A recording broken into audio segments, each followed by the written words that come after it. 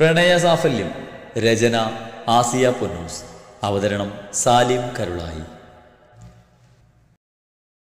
നരേന്ദ്രന്റെ കുറ്റങ്ങൾ എണ്ണി നിരത്തുമ്പോൾ തനിക്ക് പറ്റിയ പിഴവുകൾ അവൻ മനഃപൂർവ്വം മറച്ചു വെച്ചു. അവനത് ഓർക്കാൻ കൂടി ഇഷ്ടപ്പെട്ടിരുന്നില്ല. കേട്ടെടുത്തോളം തന്നെ മഹിക്ക് മതിയായിരുന്നു. ബാക്കി പറയാൻ സ്ത്രീ ആവേശത്തോടെ മുന്നോട്ട് വന്നപ്പോൾ മഹി എങ്ങനെയൊക്കെയോ എണീറ്റിരുന്നു. നിനക്കറിയോ എൻ്റെ മോൾ എവിടെയാണെന്ന്? അവൻ്റെ കൈകളിൽ പിടിച്ചുകൊണ്ടൊരു യാചകനെ പോലെ കണ്ണുകളിൽ ദയനീയത നിറച്ചുകൊണ്ട് മഹി ചോദിച്ചു. സ്ത്രീക്ക് സഹതാപം തോന്നിപ്പോയി. അവൻ അയാളുടെ കൈ പൊതിഞ്ഞു പിടിച്ചു. എന്നിട്ടും മഹിക്ക് മുന്നിൽ മുട്ടുകുത്തി നിന്നു. അറിയാം, അവൻ ചെറു ചിരിയോടെ പറഞ്ഞു. എനിക്ക് മാത്രമല്ല, ഈ ഡോറിന് പുറത്ത് സാറിന് വേണ്ടി കൂട്ടിരുന്നവർക്ക് എല്ലാവർക്കും അറിയാം മീരയെക്കുറിച്ച്. ശ്രീ പറഞ്ഞു. എന്തു വെച്ചാ? മാഹി അവൻ്റെ മുഖത്തേക്ക് ഉറ്റുനോക്കി. മീര ഇപ്പോൾ രാജസാറിൻ്റെ വീട്ടിലാണ് സാർ. അതിവിടെയുള്ള എല്ലാവർക്കും അറിയാം. അവൾക്കിപ്പോൾ ഒരു അച്ഛൻ്റെ സംരക്ഷണം ആവശ്യമാണെന്ന് അറിഞ്ഞിട്ട് കൂടി എല്ലാവരും നിങ്ങളെ തമ്മിൽ അകറ്റി നിർത്തുന്നത് എന്തിനാണെന്ന് എനിക്ക് മനസ്സിലാവുന്നില്ല സാർ, അവൻ പറഞ്ഞു.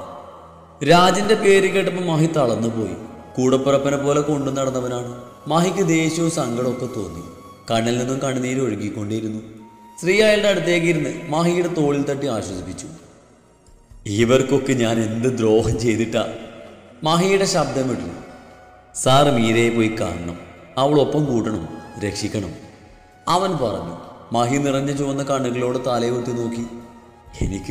എനിക്ക് എൻ്റെ മോളൊന്ന് കാണിച്ചു തരുള്ളൂ, അവളുടെ ഒരു ഫോട്ടോയെങ്കിലും. ഒരു യാചകൻ എന്ന പോലെ സ്വന്തം മകളെ ഒന്ന് കാണുവാൻ മറ്റൊരുത്തിന് മുന്നിൽ കൂപ്പുകൈകളോടെ നിൽക്കുന്ന മഹിയെ കണ്ടപ്പോൾ അവന് പാവം തോന്നി. എങ്കിലും പറയാതെ വയ്യല്ലോ. മഹിയോടൊന്നും പറയാതെ എല്ലാം രഹസ്യമാക്കി വെച്ച ധ്രുവൻ്റെയും അച്ഛൻ്റെയും അവൻ്റെ അപ്പച്ചിയുടെയും മനസ്സിൽ എന്താണെന്ന് അറിയില്ല. അതുപോലെ ഹരിശങ്കർ അവന് നിസാരക്കാരനല്ല. ഇവരിൽ നിന്നൊക്കെ ഒരു പോറൽ പോലും ഏൽക്കാതെ അവളെ സംരക്ഷിക്കാനാവുന്ന ശങ്കറുപ്പ് അവനുണ്ടെങ്കിലും മീരവനെ അടുപ്പിക്കില്ല. അതുകൊണ്ട് മഹാദേവൻ എന്ന വൻമരത്തിൻ്റെ തണൽ അവൾക്കിപ്പോൾ ആവശ്യമാണെന്ന് അവന് തോന്നി. ശ്രീ പോക്കിൽ നിന്ന് ഫോണെടുത്ത് ഗാലറിയിൽ നിന്നും മീരയുടെ നല്ലൊരു ഫോട്ടോ എടുത്ത് മഹിക്ക് നേരെ നീട്ടി. കഴിഞ്ഞ പിറന്നാളിന് ശ്രീക്കൊപ്പം എടുത്ത ഫോട്ടോയാണ്. അതിൽ കവളിലും മൂക്കിൻ തുമ്പിലും കേക്കാക്കി ശ്രീക്കൊപ്പം ചിരിച്ചുകൊണ്ട് നിൽക്കുന്ന പോലെ മഹി കണ്ണിമ്മ ചിമ്മാതെ നോക്കി. എവിടെയോ കണ്ടു മറന്നൊരു മുഖം. ഒരു കൈ കൊണ്ട് ആ ഫോണ് വാങ്ങി തള്ളവിരൽ കൊണ്ട് മീരയെ മാത്രം സൂം ചെയ്ത് നോക്കി. അത് കണ്ട് ശ്രീ പുഞ്ചിരിച്ചു. എനിക്കൊന്ന് കാണാൻ പറ്റുള്ളൂ എൻ്റെ മോളെ? മഹി ഫോണിൽ നിന്നും കണ്ണെടുക്കാതെ ചോദിച്ചു. ശ്രീയുടെ മുഖം മങ്ങി. ഒരു കാലത്ത് ഞാനായിരുന്നു സാർ അവൾക്കെല്ലാം. പക്ഷേ ആ നരേന്ദ്രൻ കാരണം ഇന്നവൾ ഈ ലോകത്തിൽ ഏറ്റവും വെറുക്കുന്നത് എന്നെയാണ്. അതുകൊണ്ട് ഞാൻ വിളിച്ച അവൾ വരില്ല, അവൻ വാടിയ മുഖത്തോടെ പറഞ്ഞു. സാറ് വിഷമിക്കണ്ട, മീര രാജസാറിൻ്റെ വീട്ടിലല്ലേ. സാറ് പറഞ്ഞാൽ കൊണ്ടുവരില്ലേ രാജസാറ്? അവൾക്കറിയില്ല അവളുടെ അച്ഛൻ സാറാണെന്ന്. ഒടുവിൽ അവൻ പറഞ്ഞ വാചകം കേട്ട് മഹി അവനെ നോക്കി മങ്ങിയെ ചിരിച്ചിരിച്ചു. ശേഷം തൻ്റെ മകളുടെ ചിത്രത്തിലേക്ക് കണ്ണെടുക്കാതെ നോക്കിയിരുന്നു. എനിക്കൊന്ന് കാണണം, എന്നൊന്ന് അവിടേക്ക് കൂട്ടിക്കൊണ്ടുപോകാൻ പറ്റുമോ? മഹി ചോദിച്ചു. സാറിൻ്റെ ഈ അവസ്ഥയിൽ ട്രാവൽ ചെയ്യുന്നതൊക്കെ ബുദ്ധിമുട്ടാവും. ഡോക്ടർ ഡിസ്ചാർജ് ചെയ്യാതെ സാറിനെ കൂടി ഞാൻ എങ്ങനെ പോകും? അല്ലെങ്കിൽ തന്നെ സാറിൻ്റെ ഫാമിലി എൻ്റെ കൂടെ സാറിനെ അയക്കുമെന്ന് തോന്നുന്നുണ്ടോ? ശ്രീ ചോദിക്കുന്നത് കേട്ട് മാഹിക്ക് ദേഷ്യം തോന്നി. അവരുടെ സമ്മതമൊന്നും താൻ നോക്കണ്ട, മാഹി പറഞ്ഞു. വേണ്ട സാർ ഈ കണ്ടീഷനിൽ ഇവിടുന്ന് എങ്ങോട്ടും പോകണ്ട. ഞാനൊന്ന് നോക്കട്ടെ, സാർ റെസ്റ്റ് എടുക്കേ. മാഹിയോട് വാക്ക് പറയുമ്പോഴും അവനറിയില്ലായിരുന്നു മീരയെ എങ്ങനെ അവിടെ എത്തിക്കുമെന്ന്. താൻ വിളിച്ചാൽ ഒപ്പം വരുന്നത് പോയിട്ട് തന്നെ കാണാൻ പോലും അവൾ കൂട്ടാക്കില്ലെന്ന് അവൻ ഉറപ്പായിരുന്നു. എങ്കിലും മഹിക്കൊരു പുഞ്ചിരിയും സമ്മാനിച്ച് അയാളെ ബെഡിലേക്ക് കരുതി ശ്രീ പുറത്തേക്ക് നടന്നു. റൂമിൻ്റെ ഡോറ് തുറന്ന് പുറത്തേക്ക് ഇറങ്ങാൻ നിന്ന് അവൻ ഞെട്ടിപ്പോയി. മുന്നിൽ ഡോറിൻ്റെ കട്ടിലയിൽ ചാരി നിൽക്കുന്ന ധ്രുവൻ. അവൻ്റെ ചുണ്ട് പൂച്ചത്താൽ കോടിയിരുന്നു. ധ്രുവനെ കണ്ട ശ്രീ പതറിപ്പോയിരുന്നു. അവിടെ ആരുമില്ലെന്ന ധൈര്യത്തിലാണ് ഉള്ളിലേക്ക് കയറിയതും മഹിയോടെല്ലാം പറഞ്ഞതും.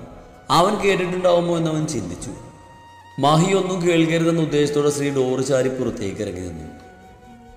പറഞ്ഞപ്പോൾ എന്താ കുറച്ചൊക്കെ അങ്ങ് വിഴുങ്ങിയത്? അമ്മാവൻ്റെ മകളെ തരം കിട്ടുമ്പോഴൊക്കെ ഇൻസൾട്ട് ചെയ്തിരുന്ന നട്ടലില്ലാത്തൊരു പൂർവ്വകാമുകൻ ഉണ്ടായിരുന്നല്ലോ അവൾക്ക്. ആ ചേറ്റയെ പറ്റിയൊന്നും താൻ പറഞ്ഞത് കേട്ടില്ലല്ലോ, ധ്രുവൻ പരിഹാസത്തോടെ ചോദിച്ചു. ശ്രീയുടെ മുഖം വിളറി വെളുത്തു. അതിനേക്കാൾ ചേറ്റയായി അവളുടെ ഭർത്താവിനെ പറ്റിയും വർണ്ണിക്കുന്നതൊന്നും കേട്ടില്ലല്ലോ. അവളാ നരകത്തിലേക്ക് ഇട്ടുകൊടുത്തവനും കൂട്ടുനിന്നവരും കണ്ട് രസിച്ചവരൊക്കെ പുണ്യാളന്മാരായിപ്പോ. ആ ഹരി എന്ന് പറയുന്നവൻ അടിയും തൊടിയും ഏറ്റ് ആ വീട്ടിൽ ആരും അറിയാതെ കരുതി ചത്തേനെയാന്നവള്. അവളെ രക്ഷിച്ച് ട്രീറ്റ്മെൻറ്റും കൊടുത്ത് ആ നരേന്ദ്രനെ വിട്ടുകൊടുക്കാതെ സംരക്ഷിച്ചു. ഒരു ഷെൽട്ടർ കൊടുത്ത് അവളുടെ കമ്പനിയിലേക്ക് തന്നെ അവൾ എത്തിച്ച് ഞങ്ങളേക്ക് ഇപ്പോൾ ശത്രുപക്ഷത്ത്. കൊള്ളാം, നന്നായിട്ട് പറഞ്ഞു ഫലിപ്പിക്കാൻ നിനക്ക് കഴിഞ്ഞു. ധ്രുവനൊന്ന് ചിരിച്ചു. ധ്രുവന് മുന്നിൽ ഉത്തരം മുട്ടിയവൻ നിന്നു. നിങ്ങളൊക്കെ അത്ര നല്ലവരായിരുന്നെങ്കിൽ അവളിപ്പോൾ അവളുടെ അച്ഛൻ്റെ ഒപ്പം ഉണ്ടായേനെ. അവൾക്ക് ഇപ്പോൾ ഏറ്റവും ആവശ്യം ഒരു അച്ഛൻ്റെ സംരക്ഷണം അല്ലായിരുന്നു. നിങ്ങളുടെ സ്വാർത്ഥ താല്പര്യങ്ങൾക്ക് വേണ്ടിയല്ലേ ഒക്കെ ഒളിച്ചു വെക്കുന്നത്. മീര മഹാദേവൻ സാറിൻ്റെ മകളാണെന്ന് ഇപ്പോൾ അദ്ദേഹം അറിഞ്ഞാൽ നിങ്ങളൊക്കെ ഇപ്പോൾ അനുഭവിച്ചു തീർക്കുന്ന സ്വത്തുക്കളുടെ നേർപകുതി മീരക്ക് പോകില്ലേ? അതവൾക്ക് അവകാശപ്പെട്ടതല്ലേ? ഇതിപ്പോൾ അവളൊന്നും അറിയിക്കാതെ പേരിനൊരു ജോലിയും കൊടുത്ത് അവളെയും ഒതുക്കി. പിന്നെ നീ പറഞ്ഞ ഷെൽട്ടർ കൊടുത്തത് കൊല്ലാനാണോ വളർത്താനാണോ എന്ന് ആർക്കറിയാം? ശ്രീ പറഞ്ഞു തീരും മുന്നേ ധ്രുവൻ അവൻ്റെ കോളിൽ കുത്തിപ്പിടിച്ചു. എല്ലാവരും നിന്നെ പോലെയാണെന്ന് കരുതരുത് നീ. മീരെ ഏതോ ഒരുത്തിന് വിറ്റപ്പണം ശ്രീധനം വാങ്ങി അലമാരി വെച്ച് പൂട്ടിയിട്ട് ഞെളിഞ്ഞെന്ന് വീരവധം പറയുന്ന നിന്നെ പോലെയാണെന്ന് കരുതിയോ എല്ലാവരും? ധ്രുവൻ ദേശത്തോടെ അവനെ പിന്നിലേക്ക് തള്ളി. അവൻ ഭിത്തിയിലിടിച്ചു നിന്നു. ബഹളൊക്കെ കേട്ട് കുറച്ചു മാറി നിന്ന രാജും വരലക്ഷ്മിയും വിഷ്ണുവും അവിടേക്ക് വന്നു. സ്ത്രീയെ തല്ലാൻ ഒരുങ്ങി നിൽക്കുന്ന ധ്രുവനെ വരലക്ഷ്മി തള്ളി മാറ്റി. നീ എന്താടാ ഗുണ്ടയോ? എത്ര പറഞ്ഞാലും നിന്റെ തലയിൽ കേറില്ലേ? വരലക്ഷ്മി അവന്റെ കയ്യിലടിച്ചുകൊണ്ട് ചോദിച്ചു. അത് കണ്ട് മധു ഓടി വന്നു. ഏട്ടത്തി! മധു ഇഷ്ടക്കേടോടെ വിളിച്ചു. വിശ്വൻ മധുവിനെ തടഞ്ഞു. മഹേന്നെ ഇപ്പൊ കുഴപ്പമൊന്നുമില്ലല്ലോ. നീ അമ്മയും മുത്തശ്ശിയെ വിളിച്ച് വീട്ടിൽ പോകാനല്ലേ പറഞ്ഞത്? വരലക്ഷ്മി അവനെ തള്ളിക്കൊണ്ട് ചൂടായി. ശ്രീയെയും ബാക്കിയുള്ളവരെയും നോക്കിക്കൊണ്ട് അവൻ ഭിത്തിയിൽ ആഞ്ഞടിച്ചു. ശേഷം സ്ത്രീയെ തുറിച്ചു നോക്കി അവിടെ നിന്ന് നടന്നകന്നു. മോനെ! മധു വരലക്ഷ്മിയെ ദേഷിച്ചു നോക്കിക്കൊണ്ട് ധ്രുവന്റെ പിന്നാലെ ഓടിച്ചെന്നു. എന്നാൽ അവൻ മധു പറയുന്നൊന്നും ചെവി കൊള്ളാതെ ദേഷ്യത്തിൽ നടന്നകന്നു. ആ ദേഷ്യത്തിൽ മധു ആരോടൊന്നും പറയാതെ വീട്ടിലേക്ക് പോയി. തൻ്റെ മകളെ താനും വിശ്വനുമല്ലാതെ മറ്റൊരാൾ ശാസിക്കുന്നതോ നോവിക്കുന്നതോ മധുവിന് ഇഷ്ടമല്ല. അതറിയാവുന്നത് കൊണ്ട് തന്നെ വരലക്ഷ്മി ഇന്നുവരെ അവരെ നോവിച്ചിട്ടില്ല. പക്ഷേ ഇന്നാകെ തളർന്നിരിക്കുമ്പോഴാണ് നിസാര കാരണങ്ങൾക്ക് ധ്രുവൻ ശ്രീയുടെ മേക്കിട്ട് കയറുന്നത്. പെട്ടെന്നൊന്നും അത് കണ്ടപ്പോൾ ദേഷ്യം തോന്നി. അവര് സംസാരിച്ചത് എന്താണെന്നും അവരാരും കേട്ടിരുന്നില്ല. കുറെ നേരം വരലക്ഷ്മി കണ്ണുകളടച്ച് ഭിത്തിയിൽ ചാരി നിന്നു. മനസ്സൊന്ന് ശാന്തമായെന്ന് തോന്നിയതും ചെയറിലേക്ക് പോയിരുന്നു. വരലക്ഷ്മി ഇരുന്ന് കുറച്ചു നേരം കഴിഞ്ഞ് ശ്രീ അവർക്ക് അടുത്തായിരുന്നു. സോറി, ഞാൻ കാരണം. അവൻ പറഞ്ഞു തുടങ്ങിയതും വരലക്ഷ്മി അവനെ നോക്കി. ഏയ് സോറി, ഞാനല്ലേ പറയേണ്ടത്. ഒരു കാര്യമില്ലാതെ ധ്രുവനല്ലേ മോനെ മെക്കിട്ട് കയറുന്നത്? ഒരു ക്ഷമാപണം പോലെ അവർ പറഞ്ഞു. മോനൊന്നും മനസ്സിൽ വെക്കരുത്. മോൻ കാരണം മീരമോൾ ഒത്തിരി വേദനിച്ചതല്ലേ. എത്രയൊക്കെ ആയാലും അവൻ്റെ അമ്മാവൻ്റെ ചോരയല്ലേ അവള്. അവന് ദേഷ്യം തോന്നാതിരിക്കുമോ? വരലക്ഷ്മി പറഞ്ഞു. അറിഞ്ഞുകൊണ്ട് ഞാൻ അവളെ നോവിച്ചിട്ടില്ല. തെറ്റിദ്ധാരണകൾ കൊണ്ട് അവളോട് കുറച്ചധികം തെറ്റുകൾ ചെയ്തിട്ടുണ്ട്. അവളെയും അവളുടെ സ്നേഹത്തെയും മനസ്സിലാക്കി ഞാൻ ചെന്നപ്പോഴേക്കും ഒരുപാട് വൈകിപ്പോയി. അവൻ നിരാശയോടെ പറഞ്ഞു. ഒരുപാട് ഇഷ്ടമാണോ ഞങ്ങളുടെ മീരമോളെ? ചെറു ചിരി വരുത്തി വരലക്ഷ്മി അവൻ ഉറ്റുനോക്കി. അവനും അവരെ നോക്കി ചിരിക്കാൻ ശ്രമിച്ചു. ജീവനാണ്. കൈവള്ളിയിൽ നിന്ന് മാണിക്കത്തെ തട്ടിക്കളഞ്ഞ് കാക്കപ്പൊന്ന് തേടിപ്പോയ വിഡ്ഢിയാണ് ഞാൻ. തെറ്റിദ്ധാരണയുടെ പേരിൽ അവൾ ഒത്തിരി നോവിച്ചു, ആക്ഷേപിച്ചു. എന്നതൊക്കെ ഓർത്ത് നീറിയ ഞാനിപ്പോൾ ഓരോ നിമിഷവും കഴിയുന്നത്. കഴിഞ്ഞു പോയ കാലത്തിലേക്ക് തിരികെ പോകാൻ കഴിഞ്ഞിരുന്നെങ്കിലെന്ന് ആഗ്രഹിച്ചു പോവുകയാണ്. തെറ്റിദ്ധരുത്താനുള്ള അവസരം പോലും ഇന്ന് എനിക്ക് കിട്ടുന്നില്ല. നിരാശയോടെ അവൻ പറഞ്ഞു. വരലക്ഷ്മി അവനെ തന്നെ നോക്കിയിരിക്കുകയാണ്. ഇനിയൊരു അവസരം ലഭിച്ചാൽ മീരയെ പൊന്നുപോലെ നോക്കാൻ പറ്റുമോ ശ്രീരാഗിന്? വരലക്ഷ്മി ചോദിച്ചു. പറ്റുമോന്നോ? ഈ കൈവള്ളി കൊണ്ടു നടക്കും ഞാൻ അവളെ. ഒരു റാണിയെ പോലെ ഒരു കുറവും വരുതാതെ നോക്കാനുള്ള കഴിവെനിക്കുണ്ട്. ഞാൻ കാരണം വേദനിച്ചതിൻ്റെ 1000 ഇരട്ടി ഞാൻ അവളെ സന്തോഷിപ്പിക്കും. ഇന്ന് ഈ ലോകത്ത് ഏറ്റവും അധികം സ്നേഹിക്കുന്നതും എന്നെ മീരയാണ്. അവൻ വിടർന്ന മുഖത്തോടെ പറഞ്ഞു. വരലക്ഷ്മിക്ക് സന്തോഷം തോന്നി. അവനെ നോക്കി അവർ പുഞ്ചിരിച്ചു. അറിഞ്ഞുകൊണ്ടല്ലെങ്കിൽ കൂടി ഞാൻ ചെയ്തൊരു തെറ്റാ മീരമോളെ ഈ അവസ്ഥയിലെത്തിച്ചത്. അവൾ അനുഭവിച്ച വേദനകൾക്ക് മരുന്നാകാനും അവളെപ്പോഴും സന്തോഷത്തോടെ ഒരുവൻ്റെ കയ്യിൽ ഏൽപ്പിക്കണമെന്ന് എനിക്ക് നല്ല ആഗ്രഹമുണ്ട്. ഒരു മകളായി അവൾക്ക് വേണ്ട സ്നേഹവും സംരക്ഷണവും കൊടുത്ത് ജീവിതകാലം അവളെ നോക്കാൻ ഞങ്ങൾക്ക് കഴിയാഞ്ഞിട്ടല്ല. അവൾക്കൊരു കൂട്ട് വേണം. അവളെ മനസ്സിലാക്കുന്ന, അവളുടെ സന്തോഷവും ആഗ്രഹിക്കുന്ന നല്ലൊരു പാതി. അങ്ങനൊരു പാതിയാവാൻ ശ്രീരാഗിന് കഴിയുമെന്ന് ഞാൻ വിശ്വസിച്ചോട്ടെ? വരലക്ഷ്മി ചോദിച്ചു. ശ്രീയുടെ മുഖം വിടർന്നു. ഉറപ്പായും. ഞാൻ കാരണം അവൾക്ക് ഒരിക്കലും സങ്കടപ്പെടേണ്ടി വരില്ല മാഡം. പൊന്നുപോലെ നോക്കിക്കൊള്ളാം ഞാൻ. അവൻ ഉത്സാഹത്തോടെ പറഞ്ഞു. എങ്കിലും മാഡം വിളി നിർത്തിക്കോളൂ. ഇനി ശ്രീക്ക് ആൻറ്റി എന്ന് വിളിക്കാം. അവനെ നോക്കി വരലക്ഷ്മി സ്നേഹത്തോടെ പറഞ്ഞു. ശ്രീക്ക് സന്തോഷം തോന്നി. വരലക്ഷ്മിയോട് ഒരു കൂറ് തോന്നിപ്പോയി അവന്. മാഹിയായിട്ടൊന്ന് ഓക്കെ ആവട്ടെ. മീരമോളോടെല്ലാം പറഞ്ഞു കഴിഞ്ഞിട്ട് നമുക്ക് ഇക്കാര്യം പതിയെ അവതരിപ്പിക്കാം, വരലക്ഷ്മി പറഞ്ഞു. ആ നിമിഷം അവരുടെ കാലിൽ വീണ് നന്ദി പ്രകടിപ്പിക്കാൻ പോലും അവന് തോന്നി. പക്ഷേ മീര സമ്മതിക്കില്ലല്ലോ. അവൻ്റെ മുഖത്തെ വെളിച്ചം നിമിഷ നേരം കൊണ്ട് കേട്ടു. വരലക്ഷ്മി ഒന്ന് മന്ദഹസിച്ചു. ആദ്യമായി സ്നേഹിച്ച പുരുഷനെ ഒരു പെണ്ണിന് അത്ര പെട്ടെന്ന് മറക്കാൻ പറ്റില്ല. അതും അവൾ 1-2 വർഷമല്ലല്ലോ ശ്രീയെ നെഞ്ചിലിട്ട് നടന്നത്. അത് കേട്ടപ്പോൾ ശ്രീക്ക് കുറച്ചൊക്കെ സമാധാനം തോന്നി. എങ്കിലും മീര സമ്മതിക്കുമെന്ന കാര്യത്തിൽ അവന് യാതൊരുവിധ ഉറപ്പുണ്ടായിരുന്നില്ല. ആ നരേന്ദ്രന്റെ മകള് ഇപ്പോഴും ശ്രീയുടെ ഭാര്യയല്ലേ? ഡിവോഴ്സിന് എന്തായാലും കുറച്ച് കാലതാമസം എടുക്കില്ലേ? ആ സമയം മതിയല്ലോ മീരമോളെ നമുക്ക് കൺവിൻസ് ചെയ്യാൻ, വരലക്ഷ്മി പറഞ്ഞു. ഭാര്യയെ ഡിവോഴ്സ് ചെയ്യണമെന്ന് ഒരു ഭർത്താവിനോട് വന്ന് പറയുന്നത് മോശമാണെന്ന് അറിയാം. പക്ഷേ നരേന്ദ്രനും മോളും ചതിച്ച് നേടിയ ജീവിതമല്ലേ? എന്നിട്ടും മതിയാവാതെ മീരമോൾ ഒരു ഭ്രാന്തിന് വലിച്ചെറിഞ്ഞ് കൊടുത്തില്ലേ? ഇതിനൊക്കെ പകരമായി ഇത്രയെങ്കിലും ചെയ്യണം. ആർക്കു വേണ്ടിയാണോ അയാൾ നിങ്ങൾ അകറ്റിയത് അവൾക്ക് സ്ത്രീയെ ഒരിക്കലും കിട്ടാൻ പാടില്ല.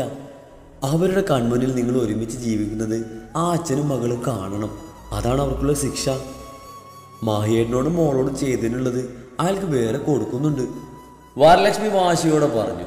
വരലക്ഷ്മി പറയുമ്പോഴാണ് വക്കീൽ നോട്ടീസ് അയച്ചില്ലെന്ന് അവൻ ഓർത്തത്. നിളയെ ഞാൻ എത്രയും വേഗം ഒഴിവാക്കും. ചതിച്ച് വിവാഹം നടത്തിയതിന് അയാളെക്കൊണ്ട് ഞാൻ കണക്ക് പറയിപ്പിക്കും. ഇന്ന് തന്നെ ഞാൻ അവൾക്ക് വക്കീൽ നോട്ടീസ് അയച്ചിരിക്കും.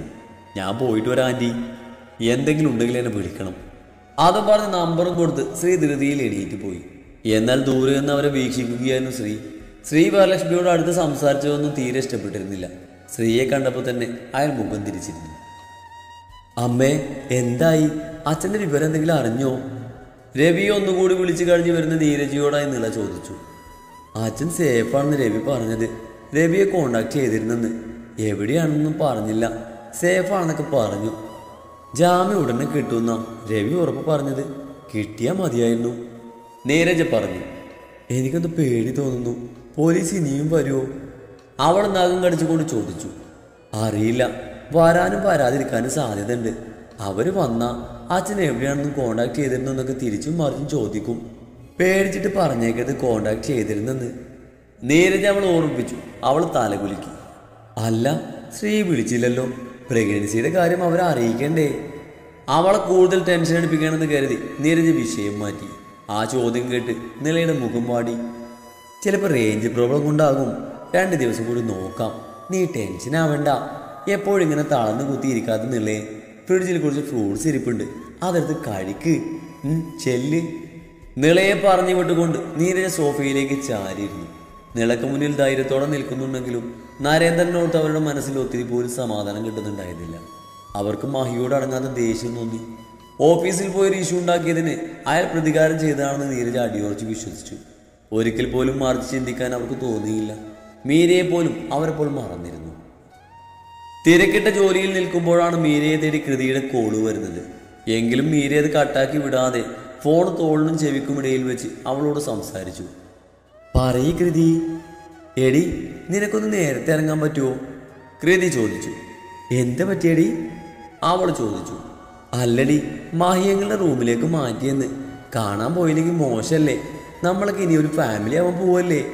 ഞാൻ ഓർത്തു നിന്നെയും കൂട്ടി പോകാന്ന്, കൃതി പറഞ്ഞു. ഞാനും ഓർത്തതാ ഒന്ന് പോയി കാണണമെന്ന്. പക്ഷേ ഇന്ന് കുറച്ച് അധികം വാർക്കുണ്ട് കൃതി. ജോയിൻ ചെയ്തല്ലേ ഉള്ളൂ ഞാൻ. എങ്ങനെ വാർക്ക് പെന്നിയാക്കിയിട്ട് നേരത്തെ ഇറങ്ങാം? നീ ഒരു കാര്യം ചെയ്യും, തൽക്കാലം ഏട്ടനെ വിളിച്ച് പോക്കോ. നമുക്ക് പിന്നൊരിക്കൽ പോയി കാണാം. ശരിടി, കുറച്ച് തിരക്കില്ല. അവൾ അതും പറഞ്ഞ് ഫോണ് കട്ടാക്കി. കൃതി ഇനി എന്ത് ചെയ്യുമെന്ന് ഓർത്ത് താടിക്ക് കയ്യും കൊടുത്ത് ഇരിപ്പായി. എന്തായടി, മീര വരില്ലേ? അരുണിമ അവളുടെ ഇരിപ്പ് കണ്ട് ചോദിച്ചു. അവൾ നല്ല തിരക്കിലാണെന്ന്. ജോയിൻ ചെയ്ത ഉടനെ വാർക്ക് പെയിന്റിങ് ആക്കി ഡിറ്റേജ് വരാൻ പറ്റില്ലല്ലോ, അവൾ പറഞ്ഞു. നീ മീര ഫ്രീ ആവുന്നൊരു ദിവസം കൂടി അവളെ പോയാൽ മതി. എന്തായാലും ഞാനും അർജുനൊന്നും അവിടെ വരെ പോകാൻ നിൽക്കുവാണ്. നീ വരുന്നോ? അരുണിമ ചോദിച്ചു. അവളൊന്ന് ആലോചിച്ചു. ഞാൻ മീരയുടെ ഒപ്പം പോക്കോളാം. ഞാൻ ഇന്ന് നിങ്ങളുടെ ഒപ്പം അങ്ങനെ വന്ന് കണ്ടാൽ പിന്നെ മീരയും കൂട്ടി പോകാൻ പറ്റിയെന്ന് വരില്ല. നിങ്ങൾ പോയിട്ട് വാ, കൃതി പറഞ്ഞു. ഞാൻ അതല്ല ഓർക്കുന്നേ. മീരയോട് വരലക്ഷ്മി ആൻറ്റി കാണിക്കുന്ന സ്നേഹമൊക്കെ റിയലാണെന്നോ? മാഹ്യങ്ങളിൽ ഇത്രയൊക്കെ പ്രശ്നം ഉണ്ടാക്കി സ്വന്തമാക്കിയ ആൻറ്റിക്ക് അങ്ങോട്ടും വേറൊരു സ്ത്രീയിലെ ജനിച്ച മകളെ സ്നേഹിക്കാൻ പറ്റുമോ? അല്ലെങ്കിൽ അംഗീകരിക്കാനെങ്കിലും പറ്റുമോ? ഇനി സ്നേഹം നടിച്ച് ദ്രോഹിക്കാനാണോ? കുറച്ചു നേരം ഇരുന്ന് ആലോചിച്ച ശേഷം അവൾ ചോദിക്കുന്നത് കേട്ട് ആരെയും അവളെ നോക്കി കണ്ണുരുട്ടി. ദേ കൊച്ചേ, വേണ്ടാത്തൊന്നും വിളിച്ച് പറയാതെ അവിടെ എങ്ങാനും മിണ്ടാതിരിക്കാൻ നോക്ക്. അല്ല കൊച്ചേ, ഇവിടെ നെഗറ്റീവ് ആലോചിച്ച് ഇങ്ങനെ ഇരിക്കാനാണോ പ്ലാന്? ഒരു ജോലി വേണമെന്നോ സ്വന്തം കാലിൽ നിൽക്കണം എന്നുള്ള ചിന്തയൊന്നും നിനക്ക് ഇല്ലേ? അരുണിമയുടെ ചോദ്യം കേട്ട് അവൾ തലയും ചൊറിഞ്ഞ് പാതി അവിടുന്ന് എഴുന്നേറ്റ് പോയി. അത് കണ്ട് അരുണിമ സ്വയം നെറ്റിക്കടിച്ചു. ശേഷം റെഡിയാവാനായി മുറിയിലേക്ക് പോയി. അരുണിമ റെഡിയായി വന്നപ്പോഴേക്കും മാർജനും റെഡിയായിരുന്നു. അവർ ഹോസ്പിറ്റലിലേക്ക് പോയതും കൃതി ഡോർ ലോക്ക് ചെയ്ത് അവളുടെ മുറിയിലേക്ക് കയറിപ്പോയി. വീട്ടിലൊറ്റക്കായ നിമിഷങ്ങളിൽ വരലക്ഷ്മിയെ പറ്റിയുള്ള ഗഹനമായ ചിന്തയിലായിരുന്നവൾ.